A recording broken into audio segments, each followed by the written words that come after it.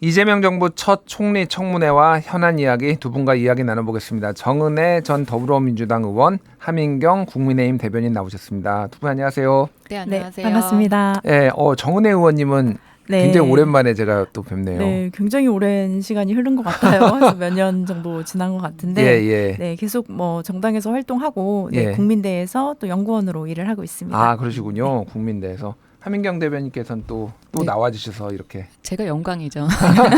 저도 오랜만에 옵니다. 예 나와주셔서 감사드리다는 말씀 드리면서 자, 오늘 뉴스가 참 많네요. 예, 오후 되니까 더 많이 막 쏟아지고 있는데 윤석열 대통령 뭐 얘기까지 뒤에 좀 짚어보도록 하고요. 오늘은 뭐 먼저 김민석 총리 후보자 인사청문회가 열린 날이기 때문에 이게 가장 핵심 쟁점일 것 같습니다. 일단 총평부터 좀 들어봐야 될 것 같은데요. 정은혜 의원님은 어떻게 보셨습니까? 네, 그 김민석 의원이 항상 얘기를 하는 말이 정치란 약자의 눈으로 미래를 보는 것이다. 이런 얘기 많이 하셨는데요. 오늘 저는 청문회에서 정말 약자의 눈으로 미래를 볼 수 있는 분위기구나라는 생각이 들었습니다. 그리고 더불어민주당 같은 경우는 국무총리로서의 자질을 묻는 그런 질문들이 많았는데 사실은 국민의힘에 굉장히 실망을 한 점은 사실보다 의혹에 기댄 공격이 많았다라고 저는 좀 평가를 하고 싶은데요. 특히 우리가 코끼리는 생각하지 마라고 얘기를 하는 것처럼 계속 청문회 내내 뭐 6억을 현금을 보유했다느니 뭐 13억이 뭐 사용했다느니 이런 식으로 계속 숫자를 반복해서 국민 여러분들에게 좀 각인시키려는 의도가 있었던 것이 아닌가라는 저는 좀 의심이 좀 들기도 하고 그렇기 때문에 이 부분에 있어서 계속 반복적인 말로 소명을 할 수밖에 없는 그런 시간들이 좀 이루어졌습니다. 아마도 저는 이번 청문회는 국민이 판단을 하실 거다라고 생각을 합니다. 예. 국민의힘에서 그렇게 제기한 의혹들이 있지만 결과적으로 국민께서 인준하시고 국민께서 판단하실 것이다라고 생각합니다. 알겠습니다. 예, 함 대변인 말씀해 주시죠. 제 생각에는 너무나 깜깜하다 이런 생각이 든 게 깜깜하다. 예. 네, 자료도 이제 제대로 없고 또 증인도 이제 참고인도 없는 그런 청문회를 지금 열고 있잖아요. 예. 의원님께서 말씀하신 거는 이제 국민의힘에서 의혹 제기를 한다라고 말씀하셨는데 어떤 국민들도 생각하기에 5억 1천만 원의 수입이 있는데 13억 원을 썼다라고 한다면 그 8억 원에 대해서 이게 다른 분도 아니고 국무총리 후보자기 때문에 당연히 검증이 필요하다. 이런 거 검증 안 하려고 한다면 인사청문회는 도대체 헌법상 왜 두고 있느냐 이렇게 묻지 않을 수가 없고요. 제가 캄캄하다 말씀을 드린 것은 이제까지 김민석 후보자께서 그러니까 소명을 하실 기회가 상당히 많았는데 그 해명을 매일 내놓는 게 계속 달라집니다. 근데 그게 이제 가족들 얘기도 막 나오고요. 뭐 오늘은 그 처가에서 2억을 받았다. 뭐 이렇게 계속 이제 돈과 채무에 대해서 숫자를 나오는데 그 숫자가 맞지 않습니다. 그러다 보니까 저희가 인사청문회라고 하는 것은 그 특위 위원들이 대신해서 질문을 하는 거다 보니까 어쩔 수 없이 질문을 할 수밖에 없고 자료 제출을 안 하다 보니까 그냥 내 말이면 다 믿어라 이런 청문회인가 이렇게 같이 묻지 않을 수가 없고 3년 전에 그 정호영 그 보건복지부 장관 그 후보자 인사청문회가 생각이 나는데 그때 예. 김민석 후보자가 위원이셨을 때 정말 추상같이 뭐라고 호통을 치셨습니다. 자료 제출 제대로 하지 않았다.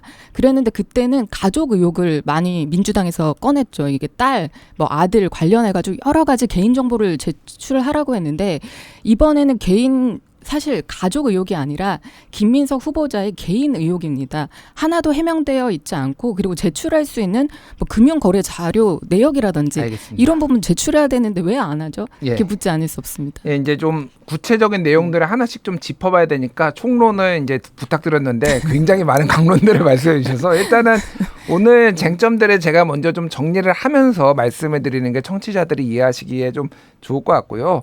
일단 오늘 전체적으로 나온 얘기들 중에서 이제 불투명한 재산 증식, 이제 수입과 지출이 맞지 않는다. 그리고 불법 정치 자금 제공자와의 수상한 금전 거래가 있었다. 그리고 중국 칭화대의 이제 학위 취득 과정 이것도 이제 전에 의혹 제기가 됐었고 또 아들 입시용 입법 뭐 이런 것들이 아빠 찬스를 쓴 거 아니냐 뭐 이런 것들이 기존에 이제 나왔던 내용이고 오늘 좀 이제 다뤄진 내용도 일부가 있는데요. 하나씩 좀 짚어보도록 하겠습니다. 일단 가장 좀 핵심적인 게 소위 말해서 수입과 지출이 맞지 않는다. 이게 국민의힘에서 좀 강력하게 제기를 했어요. 오늘 이제 김민석 후보자는 빙부상 이제 장인어른이죠. 그러니까 부의금이 한 1억 6천만 원 정도 되는 것 같다. 그리고 출판 기념회도 한 번이 1억 5천만 원 정도, 그 다음이 1억 원 정도 되는 것 같다. 뭐 이렇게 좀 얘기를 했습니다. 이거는 하민경 대변인께 좀 여쭤볼게요. 이런 해명들 좀 뭐 납득이 됐다고 보십니까? 어떻게 보세요? 처음부터 그렇게 얘기했으면 좋았을 텐데 매번 달라집니다. 예. 이렇게 김민석 후보자 현금으로 사실 받았다라고 한다면 저희가 아무것도 알 수가 없는데 다만 그렇다라고 한다면 그 당시에 왜 그 공직자는 개인 그 재산 신고하게 되어 있잖아요. 매년 신고를 하게 돼 그쵸. 있죠. 그런데 예. 기타 소득으로 신고한 게 그 당시에 출판 기념회 했을 때 뭐 87만 원인가요? 이런 정도에 불과하다고 합니다. 이에 대해서 또 김민석 후보자 얘기하시기를 그 해에 다 쓰면 이게 신고하지 않아도 된다고 하는데 이 해명 자체가 그 납세 의무를 저버리신 이런 부분에 대해서 얘기를 하고 있는 것이고 예. 납득이 가지 않기 때문에 계속 얘기를 하는데 뭐 그러면 이제 금융거래 자료 같은 거 그러니까 추징금 내는데 이제 다 썼다라는 얘기예요. 그런데 그 해에 수입이 하나도 없었을 때도 있었고 뭐 이런 경조사나 출판기념회 없었을 때도 추징금을 1억 뭐 몇천만 원을 또 납부를 다 했다 이런 얘기가 있더라고요. 예. 이런 부분이 하나도 맞지 않다. 왜 이렇게 자꾸 해명이 아닌 궤변을 자꾸 하시는 건가? 이런 부분이 국민 눈높이에 맞는 건가? 그리고 이재명 정부에 들어섰을 때 국민들이 다 바라시는 것이 정말로 이제 자질이잖아요. 예. 그런데 김민석 후보자가 오늘 또 얘기하신 게 정말 충격적이었는데 국가 부채 비율이 20에서 30%밖에 안 된다. 이런 부분을 얘기하셨어요. 지금 이재명 정부에서 이제 슈퍼 추경을 하면서 거의 50%에 육박하는 걸 예. 기사로 진짜 많이 봤고 저희 국민들도 다 압니다. 그런데 국무총리 후보자께서 마치 그냥 자기가 알겠습니다. 됐다라고 예. 생각하고 나오시고 이런 부분도 잘 모르시고 나온다는 게 이게 과연 자질이 있는 것인가 이런 것도 묻고 싶고요. 알겠습니다. 예, 한꺼번에 모든 거를 다 얘기하시면 저희 뒤에 할 게 없으니까 좀 끊어가지고 사안별로 어쨌든 그러니까 예. 추가적으로 짧게 좀 질문을 드리면은 이렇게 얘기를 이제 뭐 이렇게면 경조사라든지 출판기념회에서 벌어들인 돈 이거가 이제 소위 말해서 수입과 지출이 안 맞는 부분에 있어서는 어느 정도 의혹이 해소됐다라고 보시는 거예요? 아니면 아직도 의혹이 있다라고 보시는 거예요? 전 아직도 의혹이 있다고 생각이 됩니다. 왜냐하면 수치가 맞지 않거든요. 수치가 여전히 안 맞는다? 예. 알겠습니다. 네, 정은혜 저는 의원님. 국민의힘 의원님들께서 좀 산수가 안 되는 것이 아닌가 뭐 이런 생각을 좀 듭니다. 예. 뭐 수입과 지출 부분 얘기를 하셨는데요. 사실은 근로소득이 있죠. 이제 소득이 있었고 그 이외에 결혼식도 있었고요. 그리고 이제 부의금 들어온 것도 있었고 그리고 지금 보면은 출판기념회가 2번이 있었죠. 그리고 또 지금 보면은 대출을 받은 경우도 있습니다. 그래서 2024년 같은 경우에는 1억 8천만 원의 대출을 받았습니다. 예. 공식적으로 은행권에서 대출을 받았고요. 그리고 우리가 계속 문제시하는 그 빌린 돈도 있는 거죠. 그냥 신용이 좋지 않아서 개인 간에 이렇게 채무를 받았던 것. 한 1억 원 이상 정도 뭐 1,000만 원씩 몇 분에게 이렇게 받았던 그 돈도 있기 때문에 사실은 온전히 그의 그 수입만을 가지고 우리가 얼마를 썼다. 넌 이만큼 있었으니 이만큼 썼어야지라고 말을 할 수가 없다는 거죠. 추가로 그렇게 들어온 돈들이 있었고 그리고 그 돈은 왜 신고를 하지 않았느냐. 보통은 제가 보니까 굉장히 좀 오늘은 좀 마음이 아프더라고요. 저는 사실 청문회 보면서 좀 눈물이 글썽거리기도 했는데 예. 그 장모님이 뭐 관련해서 이제 뭐 저희가 뭐 조의금 뭐 부의금 이런 경우들도 받자마자 바로 이제 그 국가에 이제 그 벌금을 내는데 사용을 하셨더라고요. 그런 부분들은 바로 그 사용을 하셨고 대출받은 금액도 바로 1억 원 가량은 그 금액을 내는데 사용을 했습니다. 그런 측면에서 봤을 때 사실은 오히려 뭐 우리가 출판기념회 같은 경우도 나중에는 뭐 어떻게 법적 제도적으로 변경을 해야겠지만 실제로 국민의힘 의원들조차도 그 부분은 신고를 하지 않고 있습니다. 그렇기 예. 때문에 모든 국회의원들에게 이것은 동일하게 적용이 되어야 한다라고 생각이 듭니다. 그렇군요. 그리고 또 우리 그 추경과 관련해서 예산 문제도 물론 수치가 틀릴 수 있습니다. 하지만 우리가 지금 부채가 한 48% 되는데요. 이번에 추경을 하더라도 49% 정도로 1%가 올라갑니다. 근데 OECD 평균이 한 80%가 되거든요. 그런 걸 봤을 때는 OECD 국가들 같은 경우에는 코로나 위기 때 사실 그 많은 부채를 감당하고서라도 국민들에게 지원을 했던 경우고 대한민국 같은 경우는 사실은 그 부채를 국민에게 떠넘겼죠. 그래서 국민이 대출을 받아서 그 문제를 해결할 수 있게끔 만들어줬기 때문에 추경 문제에 있어서는 뭐 단순히 그 자리에서 숫자가 틀릴 수는 있지만 사실 우리가 다시 살펴본다면 전혀 대한민국에는 그렇게 큰 부담이 되지 않는다라고 저는 이 말씀드리고 부분에 싶습니다. 대해서 한마디 드리자면 예. 이게 수치가 1% 조금 틀린 게 아니라 저희가 지금 아까 의원님도 말씀하신 것처럼 거의 이제 50%에 육박하고 48%라 하더라도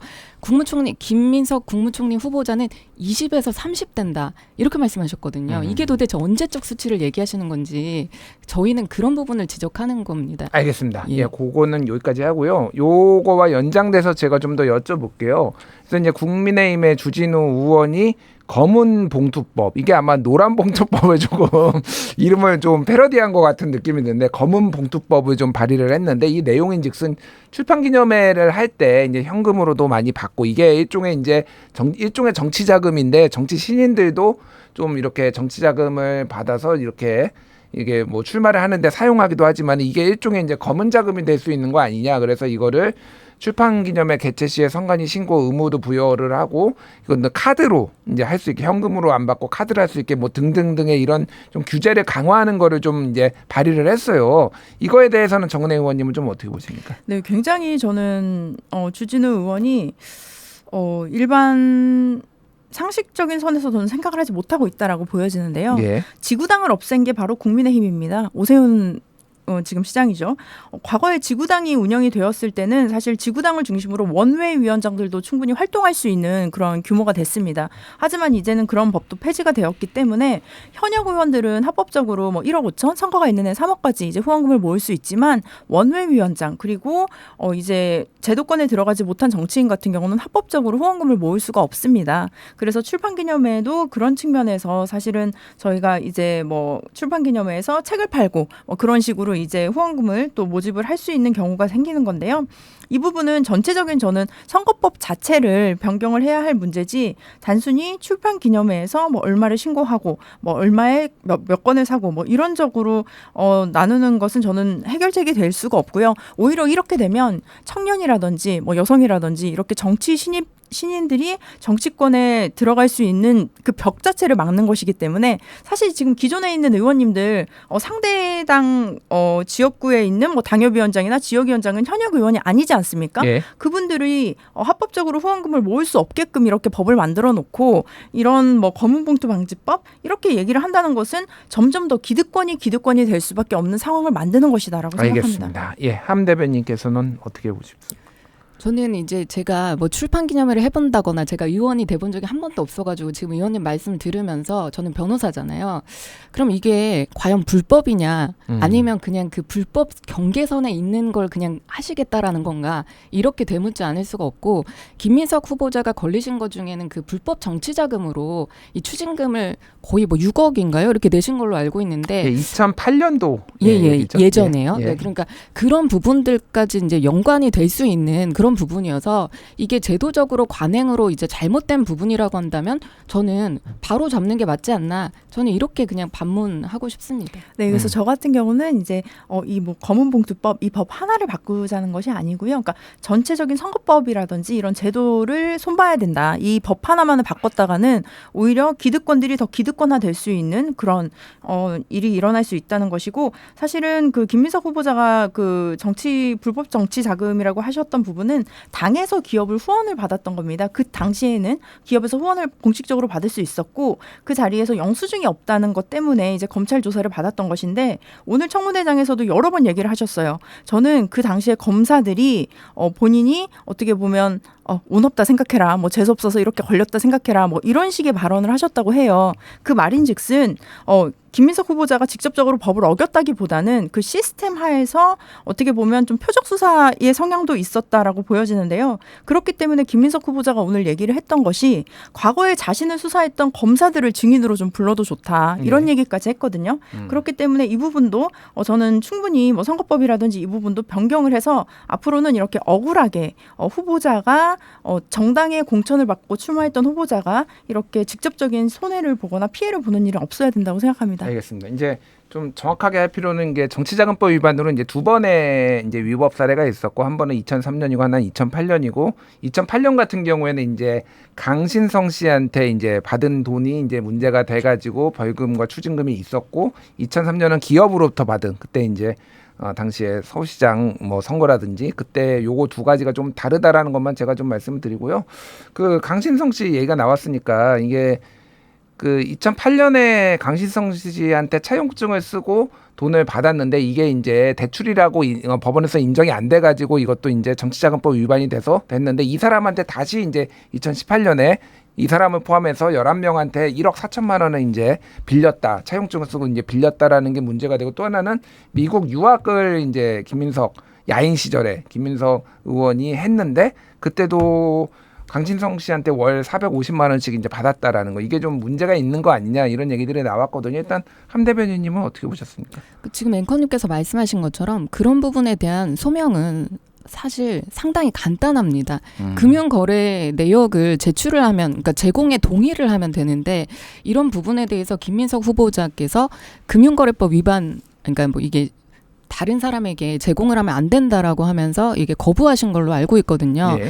그렇다라고 하면 도대체 어떤 자료를 받아서 인사청문회를 할 수 있는 것인지 이렇게 간단한 자료는 차용증을 쓰셨으니까 그럼 그 당시에 받았던 내용만 확인을 해주면 이걸 뭐 누가 문제 삼을 수 있을까요? 근데 그런 부분도 동의를 안 해주신다. 그리고 개인정보라고 얘기하시면서 자료 제출을 거부하시는 이 모양새가 상당히 좀 그렇고 또 저희가 국민의힘에서 증인을 최소한으로만 이 채무 관련한 증인 5명 정도 저희가 얘기를 했었습니다. 그런데 다 거부한 이유가 그분들의 사업상 지장이 있을 수 있다라고 하면서 부르지 못하게 된 거예요. 예. 그러면 다시 이제 민주당에서 뭐 국회 증인 감정법인가요? 이런 부분을 보면 다 그랬잖아요. 기업의 총수든 뭐 누구든 국회에서 부르면 무조건 다 나와라. 그리고 어떤 거 없이 기업 비밀이든 이런 거 상관없이 모든 걸 다 그러니까 다 말을 해야지 되게끔 이렇게 민주당에서 법을 만들자고 하셨던 것은 그럼 내 편은 오면 안 되고 다른 사람들은 다 불러서 그런 기업 비밀도 다 얘기를 해도 되는 걸 그럼 도대체 민주당은 뭘 상정하고 이런 것들을 마련했던가 다시 한번 묻고 알겠습니다. 싶습니다. 예, 네. 정은혜 의원님. 네, 일단 그 450만 원 관련해서 말씀을 드리면 당시에 유학비로 뭐 제공을 받지 않았다라고 오늘 얘기를 하시면서 예. 당시 강 씨가 그 배추 관련 농사에 투자를 하면 거기에 수익금이 생길 수 있다. 그래서 전세금을 드렸다고 합니다. 그래서 전세금을 드렸고 그래서 다달이 그렇게 돈을 받은 것으로 소명을 했고요. 그리고 앞서 제가 말씀을 못 드렸지만 그 뭐 13억이다. 그 돈에는 사실 굉장히 많은 그 카테고리들이 포함이 되어 있는데 그 아드님 자녀분들의 학비가 또 포함이 돼 있습니다. 근데 그 학비 같은 경우는 전처분께서 전액 다 지불하셨다라고 하기 때문에 그것은 뭐 김민석 후보자가 사용한 돈이 아니라고 볼 수 있는 거죠.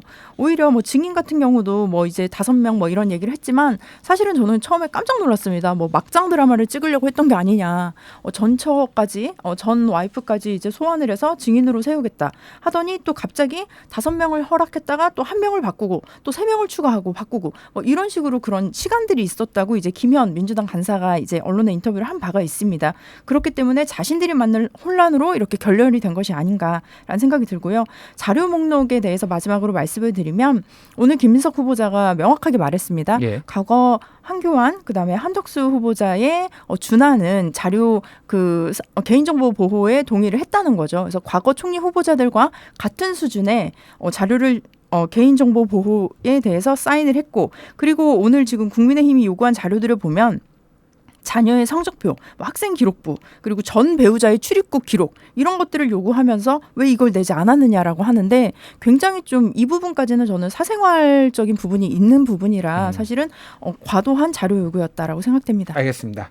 제가 짧게만 말씀드리고 짧게만. 싶은데요. 네, 아주 짧게만 다뤄야 말씀드리고 되는 게 싶은 있어서 예. 이게 막장 드라마 말씀하셨는데 저희 국민의힘도 아니 전처를 도대체 왜 부르고 싶겠습니까? 이게 김민석 후보자의 해명이 계속 전처가 학비 부담을 했다. 또 아들이 이제 유학 뭐 이런 부분이 계속 나오기 때문에 그러면 자료 제출을 안 할 거면 증인으로 이제 이런 얘기까지 나왔던 거고 실제 저희가 전처를 증인으로 이제 신청하자 이렇게 얘기한 적도 없습니다. 전처를 다는 것은 전처가 냈으니까 난 몰라 이렇게 했는데 그 당시에 김민석 후보자와 그 아이들이 같이 살고 있었던 때거든요. 예. 이런 부분이 맞지 않으니까 계속 얘기가 되는 거라고 저는 이제 짚어서 말씀드리고 싶습니다. 알겠습니다. 네, 저도 좀 한 말씀 좀 더 드리고 싶은데 예, 짧게. 사실은 지금 임기 초반이고 예. 누구 때문에 지금 이런 조기 대선이 벌어진 겁니까? 바로 윤석열 전 대통령 때문이었습니다. 그렇다면 어서 빨리 내란을 이제 극복하고 대한민국을 정상화시켜야 하는데 지금 총리 인준이 너무나 지금 시급한 상황입니다. 더불어민주당의 저는 과거를 돌아봤더니 한덕수 그 후보자의 경우만 하더라도 과거에 뭐 로펌에서 4번 출석하고 20억 원을 받았다 이런 얘기가 있었고요. 그리고 뭐 엑소모빌, AT&T에서 부동산 임대 수익에 6억을 받고 중위대사 시절에는 부인의 전시회를 그곳에서 열었고요. 싱가포르 투자공사 관련해서 처가 땅 매입으로 50억의 차익을 얻었습니다. 사실은 이런 내용들이 다 있었고요. 의혹이 있었는데 더불어민주당에선 제기하지 않았습니다. 그리고 당시에는 정부 출범 초기니 그냥 협조하자는 그런 분위기가 있었기 때문에 알겠습니다. 통과를 예. 시켰는데 지금은 사실 그보다도 저는 정말 너무나 작은 의혹이라고 보여지고 이것도 예. 지금 오늘 소명이 저는 완벽하게 거의 알겠습니다. 되었다고 보여집니다. 예, 저희가 또 다른 얘기도 해야 돼서 요정 청문회는 내일까지 또 이제 열리니까 봐야 되고 지금 그 하민경 대변인이 말씀하셨는데 민주당에서는 지금 단독으로 인준안을 처리할 가능성도 열어두고 있다 이런 얘기들이 나와요. 지금 어떻게 지금 전망하십니까? 네, 앞서 말씀드린 대로 지금 내란의 여파가 있고요.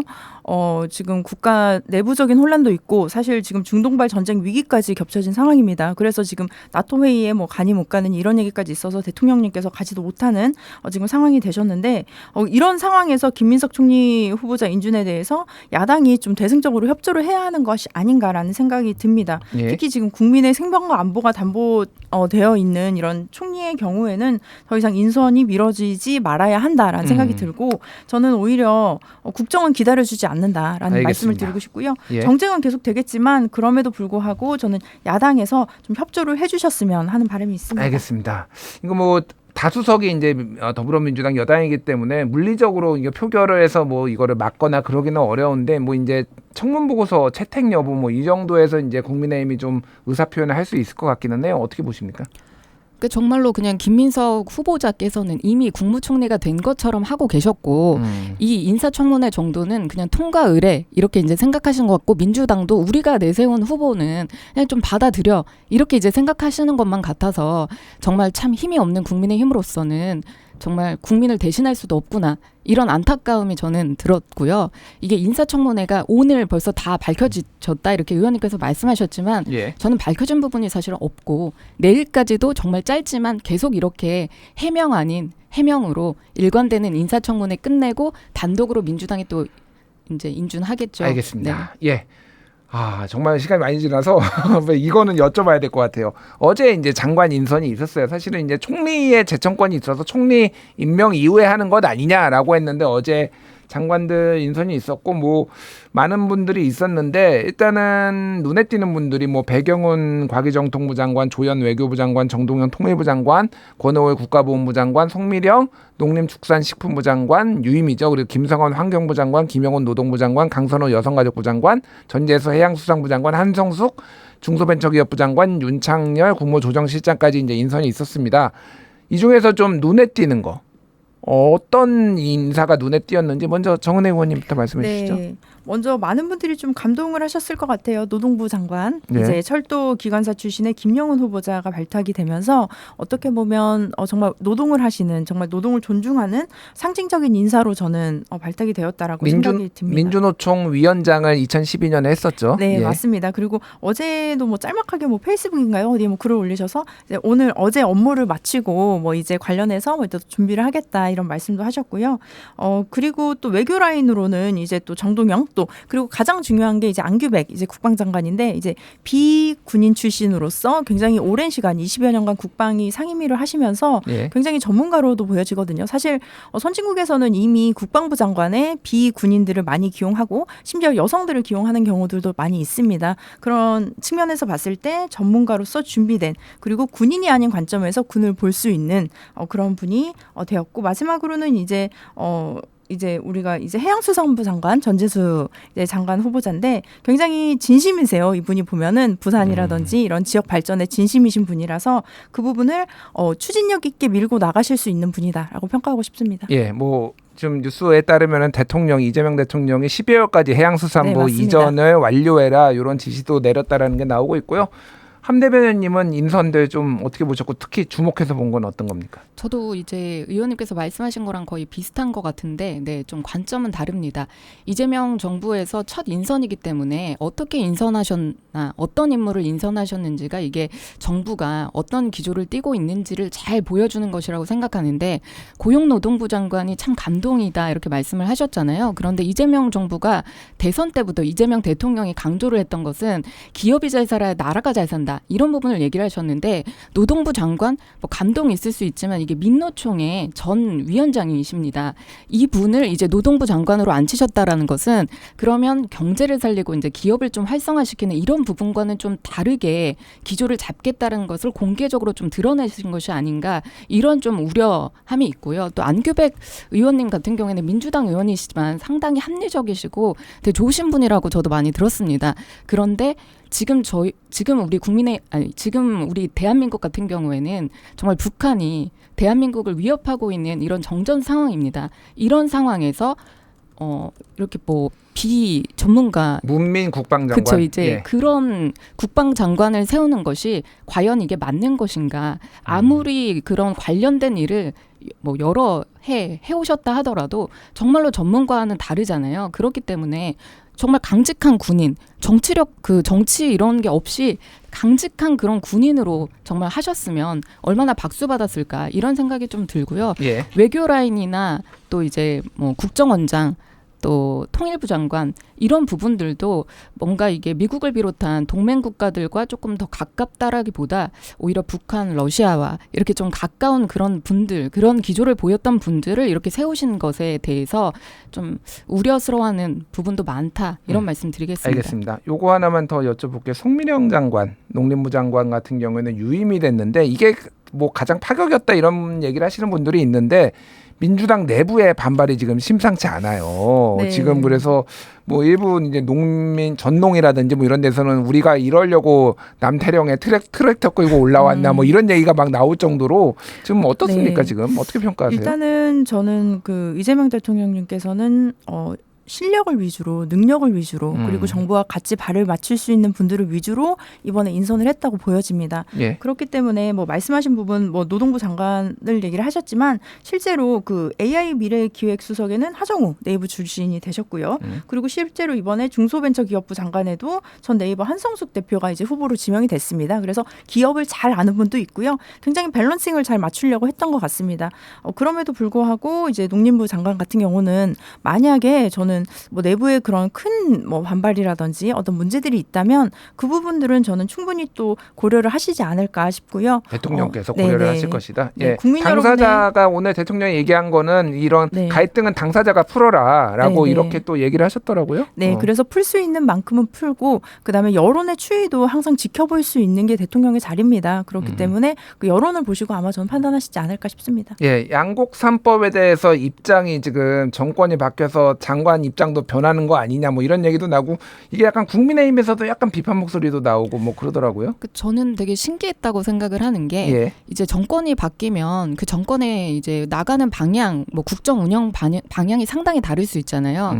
특히 이제 지적해주신 그 양곡관리법 예. 같은 경우에, 그러니까 포함한 이제 그 농림 관련한 그런 법안에 대해서 가장 앞장서서 반대하셨던 분이 그 장관님이십니다. 예. 그러면 이제 이재명 대통령 되시고 이 정권에서는 또다시 이제 발의하시겠다라고 얘기를 하고 그걸 추진하시겠다고 했는데 그러면 이 장관은 어떻게 하겠다는 건가? 본인의 생각과 이런 부분은 그러면 정권이 바뀔 때마다 정책이 달라지는 건가? 본인이 가지고 있는 이 정책에 대한 장단점도 바뀌는 것인가? 예. 저는 그런 의문점이 들더라고요. 예, 알겠습니다. 예. 여쭤볼 게 많은데 시간이 순식간에 가가지고 그 내란 특검에서 윤석열 전 대통령에 대해서 특수공무집행방해 혐의로 체포영장을 청구한다라는 속보가 들어왔는데 요거까지 전해드리면서 오늘 두 분과는 여기서 정리해야 될 것 같습니다. 다음에 또 두 분 모시고 얘기 많이 듣겠습니다. 지금까지 정은혜 전 더불어민주당 의원, 하민경 국민의힘 대변인이었습니다. 두 분 감사합니다. 네, 감사합니다. 감사합니다.